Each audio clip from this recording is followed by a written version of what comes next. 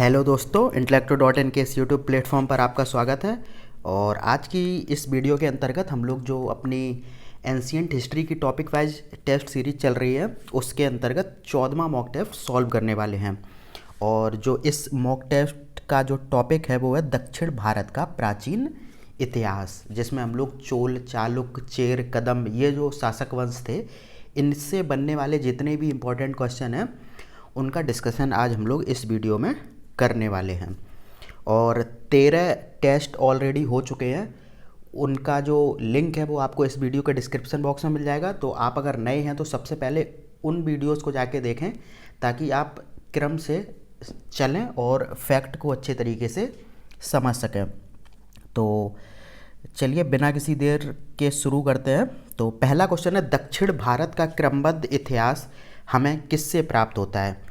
तो दक्षिण भारत का जो क्रमबद्ध इतिहास है वो हमें प्राप्त होता है संगम साहित्य से, और इसीलिए इस काल को संगम काल भी कहा जाता है। ठीक है, ये भी आप याद रखना कि जो ये शासक वंश थे, जो भी चोल, चालुक्य, ठीक है, चेर, कदम्ब वगैरह, जब ये प्राचीन काल में वहाँ पर शासन कर रहे थे तो उस काल को संगम काल भी कहा जाता है। और इसके बारे में जो जानकारी मिलती है वो किससे मिलती है? संगम साहित्य से। अगला क्वेश्चन है, निम्नलिखित में से किसकी रचनाओं से दक्षिण भारत के इतिहास के संदर्भ में जानकारी मिलती है? तो Strabo, Periplus of the Erythraean Sea और प्लिनी, इन सभी की रचनाओं से दक्षिण भारत के इतिहास के संदर्भ में जानकारी मिलती है। तो इसीलिए जो आपका उत्तर हो जाएगा वो हो जाएगा उपयुक्त सभी। अगला क्वेश्चन है, चोल शासकों का राजकीय चिन्ह क्या था? तो जो चोल शासकों का राजकीय चिन्ह था वो था बाघ। ठीक है, और जो चोल राज्य था उसे चोल मंडल, मैं यहाँ पर लिख देता हूँ, उसे चोल मंडल के नाम से भी जाना जाता था चोल राज्य को, और कोरोमंडल के नाम से भी जाना जाता था। ठीक है, और एक इम्पॉर्टेंट क्वेश्चन आपसे और यहाँ से पूछा जा सकता है, वो ये है कि जो चोल राज्य था वो किन नदियों के मध्य अवस्थित था? तो जो चोल राज्य था वो पेन्नार, ठीक है, और एक नदी थी बेल्लारू। तो इन दोनों नदियों के मध्य चोल राज्य अवस्थित था। ठीक है, अगला क्वेश्चन है, चोलों की राजनीतिक सत्ता का केंद्र था? तो जो चोलों की राजनीतिक सत्ता का केंद्र था वो था उरैयूर। ठीक है, और जो ये उरैयूर था, आपको एक बात और ध्यान रखनी है कि जो ये उरैयूर था ये सूती कपड़ों के व्यापार के लिए भी प्रसिद्ध था। और एक चीज़ और मैं आपको बता दूं कि जो चोलों के राजस्व का प्रमुख सोर्स था, यानी कि प्रमुख स्रोत था, वो सूती कपड़ों का व्यापार ही था। ठीक है, तो आप लोग ये जो मैंने एक्स्ट्रा फैक्ट बताए हैं इनको पूरी तरीके से याद रखेंगे क्योंकि क्वेश्चन इनसे भी बनते हैं। अगला क्वेश्चन है, किस चोल राजा ने श्रीलंका पर विजय प्राप्त कर वहाँ 50 वर्षों तक शासन किया था? One of the most important question, और ये यूपीपीसीएस में पूछा जा चुका है। तो वह चोल राजा एलारा था जिसने कि श्रीलंका पर विजय प्राप्त की थी और वहाँ पर 50 वर्षों तक शासन किया था। नाम आप याद कर लीजिए, एलारा। अगला क्वेश्चन है, किस चोल राजा ने पुहार यानी कि कावेरी पट्टनम की स्थापना की थी? तो ये था करिकाल। ठीक है, तो करिकाल ने पुहार यानी कि कावेरी पट्टनम की स्थापना की थी। और एक चीज़ और मैं आपको बता दूं कि ये जो पुहार था ये चोलों की राजधानी भी थी, और जो पुहार था ये चोलों का प्रमुख व्यापारिक केंद्र भी था। ये भी आप बात याद रखेंगे। तो पुहार, इसकी जो स्थापना की थी वो कारिकल ने की थी, और ये पुहार चोलों की राजधानी थी और इसे कावेरी पट्टनम के नाम से भी जाना जाता था, और यह चोलों के व्यापार का प्रमुख केंद्र था। तो इतने सारे मैंने फैक्ट्स आपको बता दिए हैं। आपको एक एक फैक्ट बहुत ही ध्यान से सुनना है, और अगर आप लिख सकते हैं तब तो दी बेस्ट है। तो अगले क्वेश्चन की ओर बढ़ते हैं, किस चोल राजा को संगीत के सप्त स्वरों का विशेषज्ञ बताया गया है? तो ये चोल राजा था करिकाल, इसे ही संगीत के सप्त स्वरों का विशेषज्ञ बताया गया है। सप्त स्वर आपको पता ही होंगे संगीत के, जो सारेगामापा है वो, ठीक है। अगला क्वेश्चन है, चोल राजा करिकाल ने किस नदी के किनारे एक बांध का निर्माण कराया था? तो जो ये चोल राजा करिकाल था, इसने कावेरी नदी के किनारे एक बांध का निर्माण कराया था, ठीक है। अगले क्वेश्चन की ओर बढ़ते हैं। तो सबसे पहले तो इसे हटाते हैं। तो आपका जो अगला क्वेश्चन है वो है, किस चोल शासक के शासनकाल में 72 व्यापारी चीन भेजे गए थे? बहुत ही इंपॉर्टेंट क्वेश्चन है। तो ये भेजे गए थे कुलोतुंग प्रथम के शासनकाल में, ठीक है। और एक चीज़ और मैं आपको बता दूं कि जो ये कुलोतुंग प्रथम था, इसने श्रीलंका को पूर्ण स्वतंत्रता प्रदान की थी और अपनी पुत्री का विवाह श्रीलंका के राजकुमार से कराया था, ठीक है। तो ये बात भी आप याद रखेंगे कुलोतुंग प्रथम के संदर्भ में। अगला क्वेश्चन आपसे जो पूछा गया है कि किस चोल राजा ने जल सेना प्रारंभ की थी? तो ये चोल राजा था राजराज प्रथम, इसने जल सेना प्रारंभ की थी। और एक इम्पॉर्टेंट फैक्ट इसके संदर्भ में ये भी आप याद रखिए कि इस राजराज प्रथम ने श्रीलंका के उत्तरी भाग पर विजय प्राप्त कर ली थी, ठीक है। अगला क्वेश्चन है, किसका काल चोल शक्ति का चरमोत्कर्ष काल था? तो ये था राजेंद्र प्रथम का काल, ठीक है। और ये चोल शक्ति का चरमोत्कर्ष काल था, ठीक है। और एक फैक्ट आपको याद रखना है कि जो ये राजेंद्र प्रथम था, इसने श्रीलंका पर विजय प्राप्त की थी। और श्रीलंका पर विजय प्राप्त करने के उपलक्ष्य में इसने एक स्थान की स्थापना की थी, वो था गंगे कोंड चोलपुरम। तो आपको ये याद रखना है, गंगे कोंड चोलपुरम की स्थापना की थी श्रीलंका पर विजय प्राप्त करने के उपलक्ष्य में। और इसी गंगे कोंड चोलपुरम को इसने अपनी राजधानी बनाया था। तो एक एक फैक्ट बहुत इम्पॉर्टेंट है, बहुत ही ध्यान से आपको सुनना है, ठीक है। तो अगले क्वेश्चन की ओर बढ़ते हैं, किस चोल राजा ने बंगाल की खाड़ी को चोल झील का स्वरूप प्रदान किया था? तो चोल राजा राजेंद्र प्रथम था, ठीक है। इसने बंगाल की खाड़ी को चोल झील का स्वरूप प्रदान किया था। अगले क्वेश्चन की ओर बढ़ते हैं। तो अगला क्वेश्चन है, कौन शासक अपने शासन काल में ही अपना उत्तराधिकारी घोषित कर देते थे? तो ये चोल शासक थे जो अपने शासन काल में ही अपने उत्तराधिकारी की घोषणा कर देते थे। अब जो आपसे अगला क्वेश्चन पूछा गया है वो है कि निम्नलिखित में किसके पास एक कुशल नौसेना थी? तो ये तो आप सभी को पता होगा कि चोलों के पास एक कुशल नौसेना थी। अगला क्वेश्चन है, तक्कोलम का प्रसिद्ध युद्ध किसके मध्य हुआ था? One of the most important question, बहुत बार ये यूपीपीसीएस, बीपीएससी और आरओआरओ जो कि यूपीपीसीएस द्वारा आयोजित कराया जाता है, तो इसमें ये क्वेश्चन काफ़ी बार पूछा जा चुका है कि तक्कोलम का प्रसिद्ध युद्ध किन शासक वंशों के मध्य हुआ था? तो ये हुआ था चोलों व राष्ट्रकूटों के मध्य। और इसमें किसकी पराजय हुई थी? तो इसमें चोल यानी कि चोलों की पराजित हुई थी।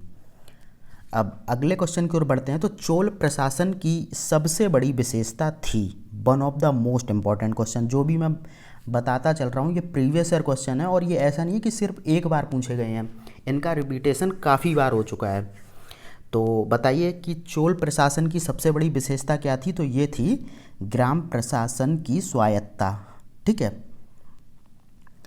अब आपसे जो अगला क्वेश्चन पूछा गया है वो कि चोल कालीन गांवों में गतिविधियों की देखरेख हेतु एक कार्यकारिणी समिति करती थी।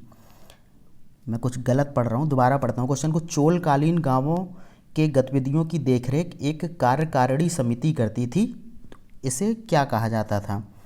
तो जो चोल काल में एक समिति होती थी उसका नाम होता था क्या? वरियम, ठीक है। क्या होता था?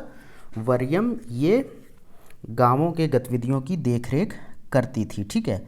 और इसके बारे में इतना ही। अब अगला क्वेश्चन देखते हैं। चोल प्रशासन के अंतर्गत उद्यान प्रशासन समिति को क्या कहा जाता था? तो जो उद्यान प्रशासन समिति होती थी चोल काल के अंतर्गत, इसको कहा जाता था टोट्टवारियम, ठीक है। और जो वार्षिक समिति होती थी उसे बोलते थे संवत्सर वरियम, और जो तालाब समिति होती थी उसे बोलते थे एरीवरियम, और जो स्वर्ण समिति होती थी उसे बोलते थे पौनवरियम। ठीक है, तो ये आप सारा याद कर लीजिए। One of the most important segment है ये चोल प्रशासन के अंतर्गत, जहाँ से क्वेश्चन बनता है। तो मैंने आपको चारों ये बता दिए क्योंकि चारों पूछे गए हैं, और बहुत बार जो वनडे एग्ज़ाम तो नहीं खैर, लेकिन जो यूपीपीसीएस वगैरह है इनमें ये क्वेश्चन सुमेलित करने के लिए आ जाता है कि किस समिति को क्या कहा जाता था। तो मैंने आपको चारों बता दिए हैं, बहुत अच्छी तरीके से याद करिए। और अगला क्वेश्चन आया है, वो भी बहुत इंपॉर्टेंट है कि नटराज की कांसे की प्रतिमाओं का निर्माण किसके काल में हुआ है। तो नटराज की कांसे की प्रतिमाएं थीं, उनका जो निर्माण हुआ है वो चोल काल में हुआ है। और ये जो प्रतिमाएं हैं इनको विश्व में श्रेष्ठतम प्रतिमा रचना माना जाता है। और एक इम्पॉर्टेंट फैक्ट यहाँ से ये पूछा जाता है कि इन जो नटराज की कांसे की प्रतिमा है इनका आकार कैसा है। तो आप लोग याद रखेंगे इनका आकार है कैसा, चतुर्भुज। ठीक है, ये क्वेश्चन पूछा जा चुका है आईएएस के अंदर, तो आपको पता होना चाहिए। अगला क्वेश्चन है, शिव की दक्षिणामूर्ति प्रतिमा उन्हें किसके रूप में प्रदर्शित करती है। तो ये तो प्रीवियस ईयर क्वेश्चन है, बहुत से एसएससी वगैरह में काफ़ी बार पूछा जा चुका है। तो शिव की जो दक्षिणामूर्ति प्रतिमा है वो उन्हें गुरु के रूप में प्रदर्शित करती है। ठीक है, अब अगले क्वेश्चन की ओर बढ़ते हैं। तो क्वेश्चन जो आपके सामने आया है वो ये है कि चोल साम्राज्य का अंत किसने किया था। तो आपको पता होगा कि चोल साम्राज्य का जो अंत किया था वो अलाउद्दीन खिलजी का एक सेना नायक था, मलिक काफूर। इसने अपने दक्षिण के अभियान के दौरान चोल साम्राज्य का पूरी तरीके से सफाया कर दिया था। अब अगला क्वेश्चन आपसे पूछा गया है कि चेर राज्य निम्नलिखित में से किसके क्षेत्र पर विस्तृत था। तो जो चेर राज्य था वो केरल के क्षेत्र पर विस्तृत था। और एक इम्पॉर्टेंट फैक्ट ये आपको याद रखना है कि जो चेर शासक थे उनका प्रतीक चिन्ह क्या था, ये भी पूछा जा सकता है। तो उनका जो प्रतीक चिन्ह था वो धनुष था। ठीक है, अब अगला क्वेश्चन जो आपसे पूछा गया है कि किस चेर राजा को लाल चेर या फिर भला चेर भी कहा जाता था। तो चेर कवियों के अनुसार जो एक उनका राजा था सेंगटू वन। ठीक है, सेंगुट्टू वन, आप लोग इसको अच्छे तरीके से देख लीजिए, मैं इसको हटा देता हूँ, ये यहाँ पर मार्क करता हूँ। सेंगुट्टू वन काफ़ी अजीब से नाम है लेकिन आपको याद करना पड़ेगा। सेंगुट्टू वन, इसको क्या कहा जाता था, लाल चेर या भला चेर। अब अगले क्वेश्चन की ओर बढ़ते हैं। तो अगला क्वेश्चन है, चेरों की प्रगति किन लोगों के साथ व्यापार करने से हुई थी। तो जो चेरों की प्रगति हुई थी वो रोमन लोगों के साथ व्यापार करने से हुई थी। ठीक है, अगला क्वेश्चन है, किसने पांड्य राज्य का उल्लेख मावर नाम से किया है। तो ये किया है मेगस्थनीज ने। ठीक है, मेगस्थनीज ने जो पांड्य राज्य है उसका उल्लेख मावर नाम से किया है। और एक इम्पॉर्टेंट फैक्ट ये भी है कि मेगस्थनी के अनुसार पांड्य राज्य मोतियों के लिए मशहूर था। तो ये भी आप याद रखेंगे कि पांड्य राज्य मेगस्थनी के अनुसार किसके लिए प्रसिद्ध था, तो ये था मोतियों के लिए। अगला क्वेश्चन है, पांड्यों की राजधानी थी। तो पांड्यों की जो राजधानी थी वो थी मदुरै। ठीक है, और एक बहुत ही इम्पोर्टेंट क्वेश्चन आपसे ये भी पूछा जा सकता है कि पांड्य राज्य की जीवन रेखा कौन सी नदी थी। ये क्वेश्चन आया भी है लेकिन मैंने इसको व्याख्या में डाल दिया है। तो आप याद रखेंगे कि पांड्य राज्य की जो जीवन रेखा थी वो बैंगी नदी थी। ठीक है, और एक और इम्पॉर्टेंट फैक्ट आपको याद रखना है कि जो पांड्य राज्य की अवस्थिति थी वो कहाँ पर थी, वो कावेरी नदी के दक्षिण में थी। और जो बैगी नदी थी वो इनकी जीवन रेखा थी, और इनकी जो राजधानी थी वो थी मदुरै। अगला क्वेश्चन है, किसके अनुसार पांड्य राज्य पर एक स्त्री का भी शासन था। तो ये था मेगस्थनीज के अनुसार पांड्य राज्य पर एक स्त्री का शासन था। और मेगस्थनीज कहता है कि इससे पता चलता है कि पांड्य समाज में मात्र सत्तात्मक प्रभाव भी देखने को मिलता है। अगला क्वेश्चन है कि निम्नलिखित में से किसने रोमन सम्राट ऑगस्टस के दरबार में राजदूत भेजे थे? तो पांड्य शासकों ने रोमन सम्राट ऑगस्टस के दरबार में राजदूत भेजे थे। और आपको ये भी याद रखना है कि जो पांड्य राजा थे उनका काफ़ी व्यापार रोमन साम्राज्य के साथ चलता था। अगला क्वेश्चन है, पांड्य राजाओं के संरक्षण में कितने संगम अथवा सम्मेलन का आयोजन हुआ था? बहुत ही इंपॉर्टेंट क्वेश्चन है। तो पांड्य राजाओं के जो संरक्षण में 3 संगम या फिर सम्मेलन का आयोजन किया गया था। और अब आपको ये याद करना है कि ये जो संगम थे इनके अध्यक्ष कौन थे और ये कहाँ पर हुए थे। तो मैं आपको बता देता हूँ। तो जो प्रथम संगम था वो हुआ था मदुरै में, ठीक है। प्रथम संगम कहाँ हुआ था? मदुरै में। और इसके जो अध्यक्ष थे वो थे अगस्त्य ऋषि।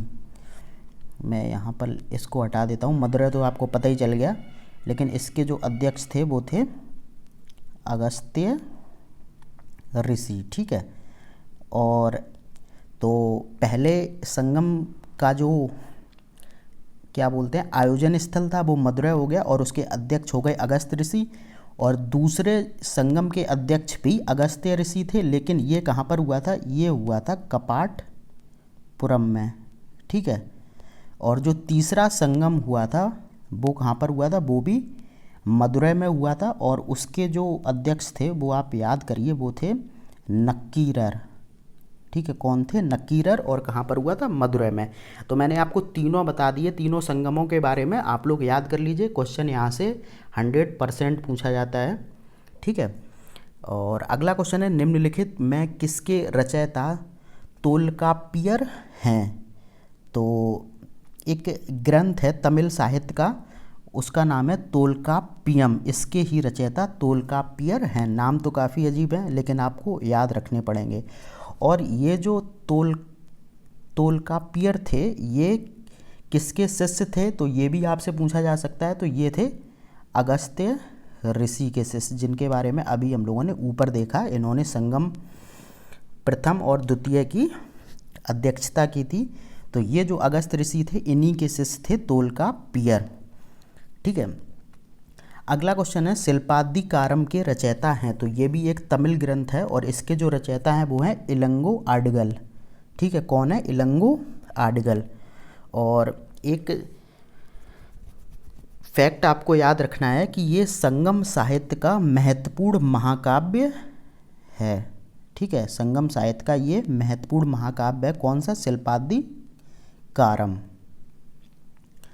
अब अगला क्वेश्चन आपसे पूछा गया कि निम्नलिखित में से किसको तमिल साहित्य का बाइबल तथा लघुवेद माना जाता है? तो ये माना जाता है कुरल को, ठीक है। कुरल को तमिल साहित्य का बाइबल और या फिर लघुवेद माना जाता है। और इसकी रचना की थी किसने? तिरुवल्लुर ने। किसने की थी? मैं यहाँ पर लिख देता हूँ, तिरुवल्लुर ने, ठीक है। अगला क्वेश्चन है, निम्नलिखित में से किसमें नीति शास्त्र का वर्णन है? तो एक तमिल ग्रंथ है तिरुकुरुल, ठीक है। इसमें नीति शास्त्र का वर्णन है और इसके जो रचयिता हैं वो हैं जो मैंने अभी आपको ऊपर बताया, तिरुवल्लुर, ठीक है। अगला क्वेश्चन है, तमिल ग्रंथ मणिमेखले के रचनाकार हैं? तो जो तमिल ग्रंथ मणिमेखले के रचनाकार हैं वो हैं तिरुक्त कक्कदेवर, ठीक है। आप लोग याद रखें, बहुत ही अजीब नाम है बट आपको याद रखना पड़ेगा, ठीक है। अगला क्वेश्चन है, संगम साहित्य में कौन, को और मन्नन शब्द किसके लिए प्रयुक्त होते थे? तो तमिल साहित्य में कौन, को और मन्नन जो शब्द थे वो राजा के लिए प्रयुक्त होते थे। अगला क्वेश्चन है, निम्नलिखित में से किसको तमिल साहित्य का जनक माना जाता है? तो जो तमिल साहित्य का जनक है वो अगस्त्य ऋषि को माना जाता है। और एक फैक्ट आपको इनके बारे में और याद रखना है कि जो दक्षिण भारत का आर्यकरण किया था वो अगस्त्य ऋषि द्वारा ही किया गया था, ठीक है। अगला क्वेश्चन है, किसने दक्षिण भारत में वैदिक संस्कृति का प्रचार प्रसार किया था? तो वैदिक संस्कृति का जो दक्षिण भारत में प्रचार प्रसार किया गया था वो किया गया था ऋषि अगस्त्य द्वारा, ठीक है। और एक और थे कौंडिन्य, उनके द्वारा। तो उपयुक्त दोनों आपका उत्तर हो जाएगा। अगला क्वेश्चन है चालुक्यों की राजधानी थी, ये क्वेश्चन पूछा जा चुका है। तो जो चालुक्यों की राजधानी थी वो वातापी थी, और ये वातापी कहाँ पर है, ये कर्नाटक के बीजापुर ज़िले में स्थित है। कहाँ पर, कर्नाटक का जो बीजापुर ज़िला है वहाँ पर ये वातापी स्थित है। अगला क्वेश्चन है किस चीनी यात्री ने चालुक्यों के शासनकाल में चीन व भारत के संबंधों का विवरण दिया है।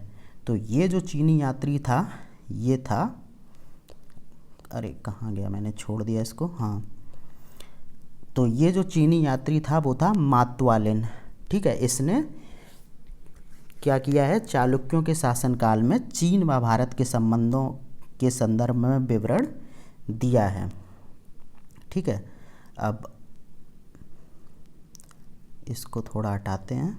अब जो अगला क्वेश्चन है किस वंश में प्रायः महिलाओं को प्रशासन में उच्च पदों पर नियुक्त किया जाता था।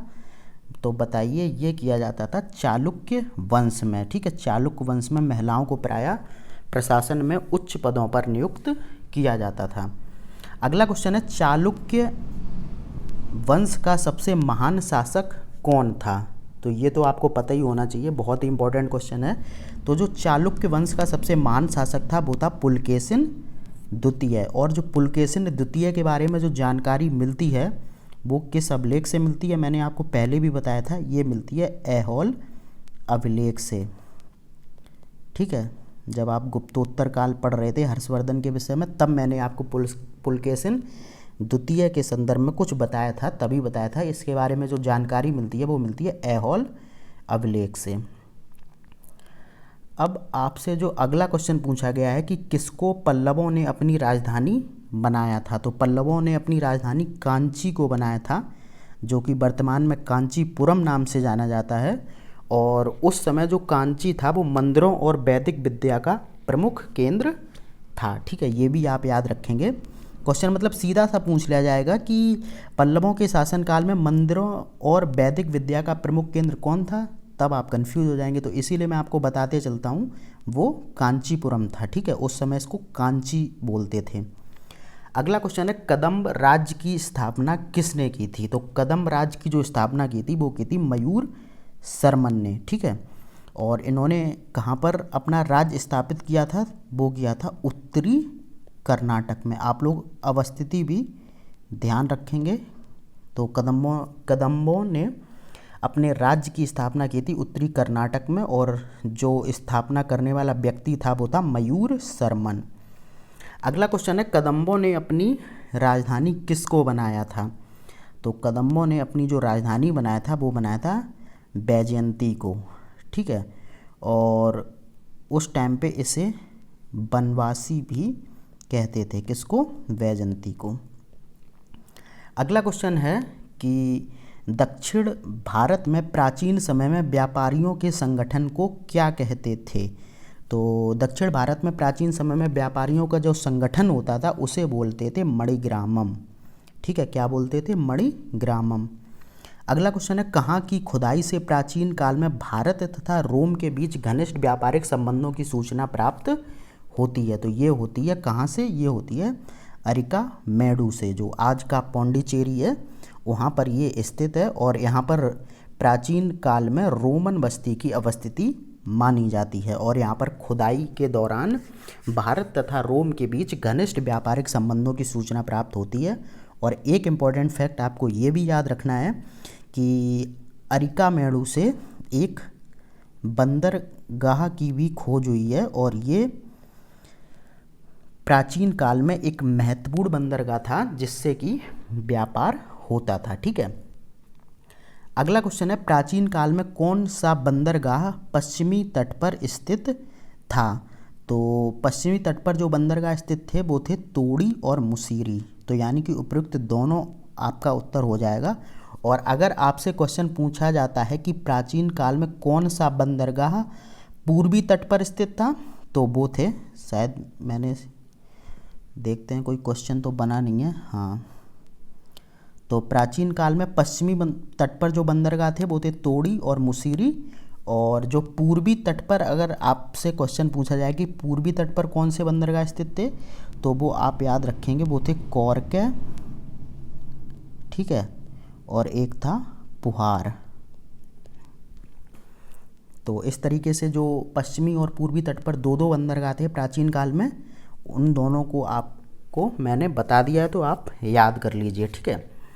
अब अगला क्वेश्चन जो आपसे पूछा गया है कि संगमकालीन शासन प्रणाली थी, तो जो संगमकालीन शासन प्रणाली थी वो राजतंत्रात्मक थी, ठीक है, और यहाँ पर जो पद थे वो वंशानुगत थे।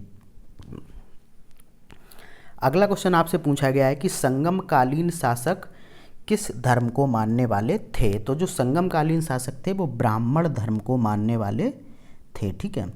अगला क्वेश्चन है बादामी में दुर्ग का निर्माण करवाने का श्रेय किस चालुक्य राजा को जाता है, तो बादामी में दुर्ग का निर्माण करवाने का जो श्रेय है वो जाता है पुलकेशिन प्रथम को, ठीक है, और इसी ने बादामी को राजधानी भी बनाया था। किसको? ये जो बादामी है इसको इसने अपनी राजधानी बनाया था। किसने? पुलकेशिन प्रथम ने। अगला क्वेश्चन है चालुक्य पल्लव संघर्ष के दौरान किसने पुलकेशिन द्वितीय की हत्या कर वातापी पर कब्जा कर लिया था, तो ये किया था महेंद्र वर्मन द्वितीय ने। इसने क्या किया था कि पुलकेशिन द्वितीय की हत्या कर वातापी पर अपना कब्जा कर लिया था। और उसके बाद इसने एक चीज़ की थी, उसके बाद इसने क्या किया था कि वातापी कोंडा की उपाधि इस मयूर वर्मन द्वितीय ने धारण की थी। किसकी? वातापी कोंडा, जिसका की अर्थ होता है वातापी का विजेता। अगला क्वेश्चन है किस चालुक्य शासक को 3 समुद्रों का स्वामी कहा जाता है। बहुत ही इंपॉर्टेंट क्वेश्चन है, एसएससी में पूछा जा चुका है। तो ये चालुक्य शासक था कौन? विक्रमादित्य प्रथम। इसको 3 समुद्रों का स्वामी कहा जाता है। और क्यों कहा जाता है? क्योंकि ये जो विक्रमादित्य प्रथम था इसने 3 शासक वंशों, कौन कौन से? चेर, चोल व पांड्यों को पराजित किया था। इसीलिए इसे 3 समुद्रों यानी कि बंगाल की खाड़ी, हिंद महासागर और अरब सागर का स्वामी कहा गया है।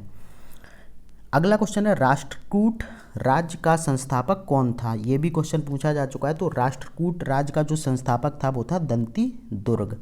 अगला क्वेश्चन है किस स्थान से पल्लवों का एकाश्मीय रथ मिलता है, तो ये मिलता है महाबलीपुरम से। और एक फैक्ट आपको मैं और बता दूं कि ये जो महाबलीपुरम है प्राचीन काल में इसको क्या बोलते थे?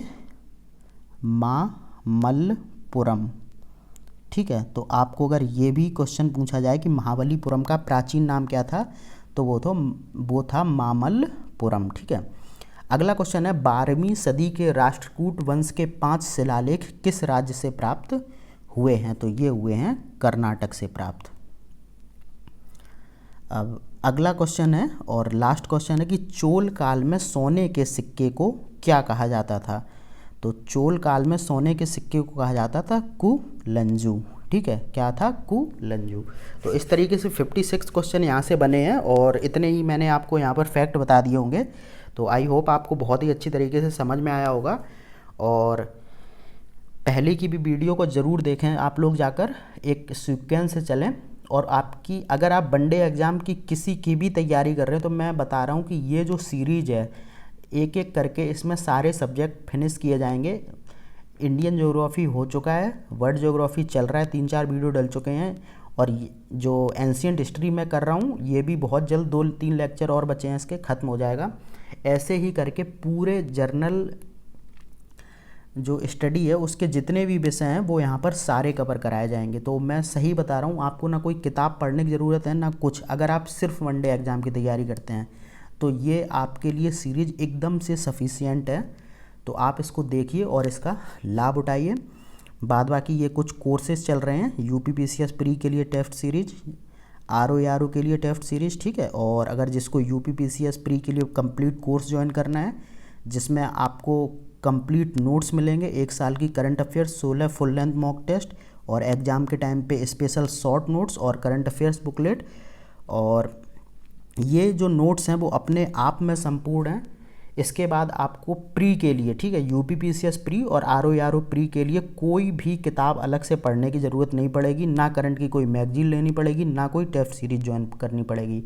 कंप्लीट कोर्स है और आपको अगर इंटरेस्ट है इस कोर्स में तो आप इस नंबर पर व्हाट्सएप या कॉल कर सकते हैं, या फिर intellecto.in की वेबसाइट पर जाकर सीधा एनरोल कर सकते हैं। तो चलिए फिर आज की वीडियो यहीं पर समाप्त करते हैं और मिलते हैं अगली वीडियो में। तब तक के लिए धन्यवाद।